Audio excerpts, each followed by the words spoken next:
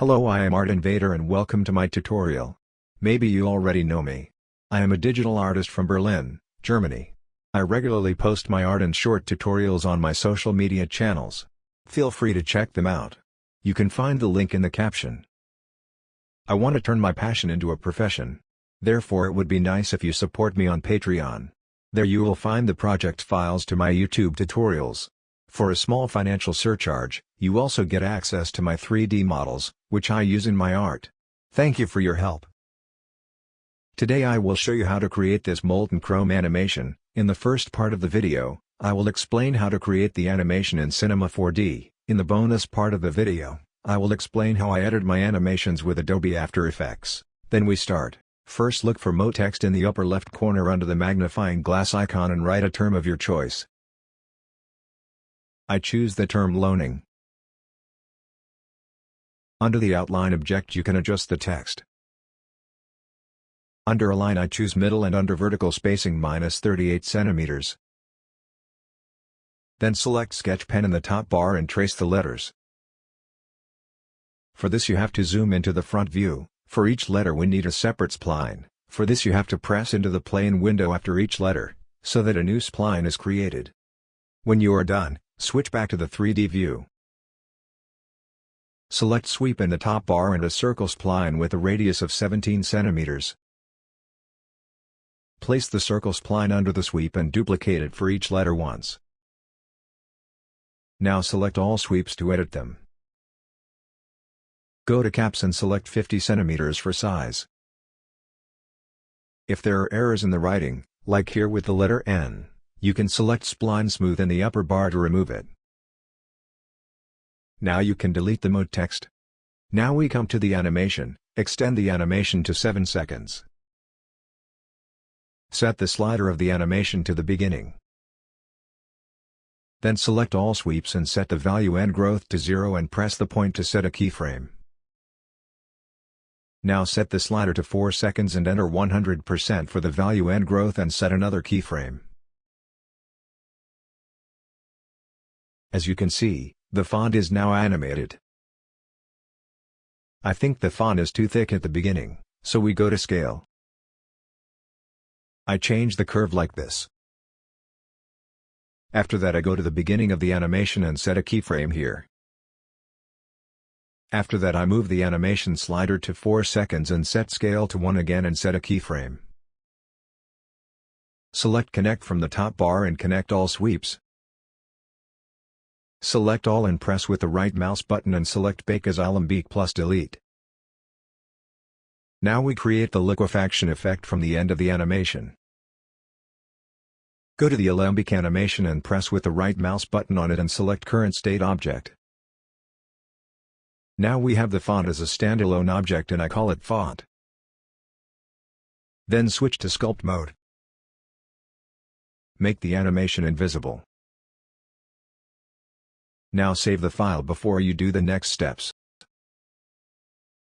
We select object font and press the cogwheel at volume mesh. There we select 2 cm for voxel size. As you can see, more segments have been added to the object. Now search for Add Point Morph for the object font. Select Add Point Morph and press pose 0. After that we can deform the object with the single tools.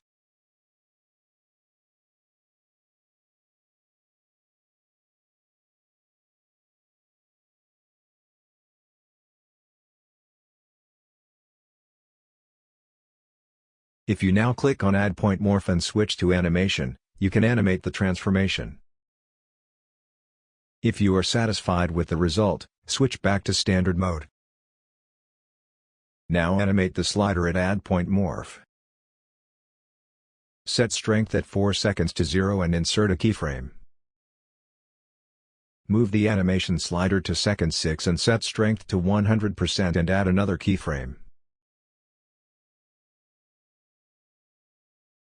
Now we connect the animations. For this select Object Font and go under Basics. Under Visible in Editor and Visible in Renderer set one keyframe each for on and off at the point when the animation should be visible. Repeat this for the other animation.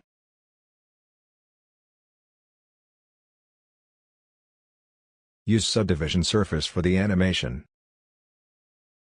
To give the letters even more texture, we now work with deformers. Place a displacement deformer underneath. Go to shading and add noise under shader. Then press on the image. For noise, select Voronoi 2 and for global scale 300. So that the surface is animated, you select for animation speed 0.5. Then we go to the sub-item object. We set the slider to the beginning of the animation and enter 0 for height and set a keyframe. After that we move the animation slider to 4 seconds and enter 10 at height and set another keyframe. Duplicates the deformer also for the second part of the animation. Here we set strength to 5 cm and set a keyframe starting at 4 seconds. At the end I add a rotation animation with keyframes. Now we come to the material. Create a new material by double-clicking. We only need the reflectance channel. There you press the button remove and then add and insert a new Beckman layer. Set the value of specular strength to 100%. The first material is ready, you can drag it onto the animations. Now select sky from the top of the bar. So that we can see something, we have to create a new material. Here we only need the luminance channel. Under texture you can insert a picture of your choice. I choose an old graphic from me. At Patreon you can find the complete project file, I link you the account in the caption. Then we insert a layer. Then click on the image and insert a HDRI map. Set the blending mode to overlay and reduce the transparency to 60%. Drag the material onto the sky. Now we come to the render settings. Press the button with the cogwheel on the top of the bar. Under Renderer select Physical. Choose a suitable format and select Frame Range All Frames. So that we don't see the sky during rendering, we have to set the following 3 hooks under Save. So that we get the file later with a transparent background, we have to save it later in PNG format. That's it, the animation is ready for rendering. In the next part of the video I will show you how I edit the animation with Adobe After Effects. Insert with double-click the finished PNG sequence into Adobe After Effects. It can happen that the graphic is displayed darker than it actually is. This is due to the gamma value. To fix this problem, search for color and gamma conversion in the effects window. Under Gamma Conversion select Linear to sRGB. Then look for the effect Hue/Saturation. Under Master Saturation select the value 30. Then duplicate the layer and search for the effect Grayscale 4. Set the blending mode to multiply and then press the T key and set the opacity to 30%. Select the bottom layer and search for the effect Glow Highlights. Select both layers and press with the right mouse button on it and select Pre-Compose. Here we also liquefy the effect again, search for the effect Turbulence Displace. Move the slider of the animation to the beginning. Sets the strength to 200 and sets a keyframe. Set a strength of 100 at 2 seconds. At the transition of the two animations we add a bounce. Shortly before 4 seconds we enter -50 for strength. Shortly after +50 and at the end 20. After that we look for the effect CC Plastic to improve the structure. Now I work with overlays.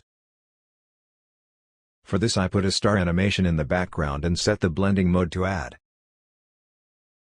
In the foreground I place a destroy overlay and set the blending mode to lighten. At the end we add a background behind the animation. Now we make a perfect loop out of the animation. For this we press Command+A in the plane window and then we click with the right mouse button and select Pre-Compose. After that we press with the right mouse button in the preview window and choose Composition Settings. There we double the animation duration. Then we duplicate our composition. There we press with the right mouse button on it, go to Time and select Time Reverse Layer. The composition now runs backwards and can be moved to the end of the animation. The animation is ready. Well done arties, thanks for the positive feedback. When I have 10,000 followers I will get a camera and a mic. At the moment I don't earn any money with all this and unfortunately I can't afford it, therefore I am happy about every support. To make sure you don't miss a new tutorial from me, please subscribe to the channel. I try to upload 1 to 2 tutorials per week. See you in the next tutorial.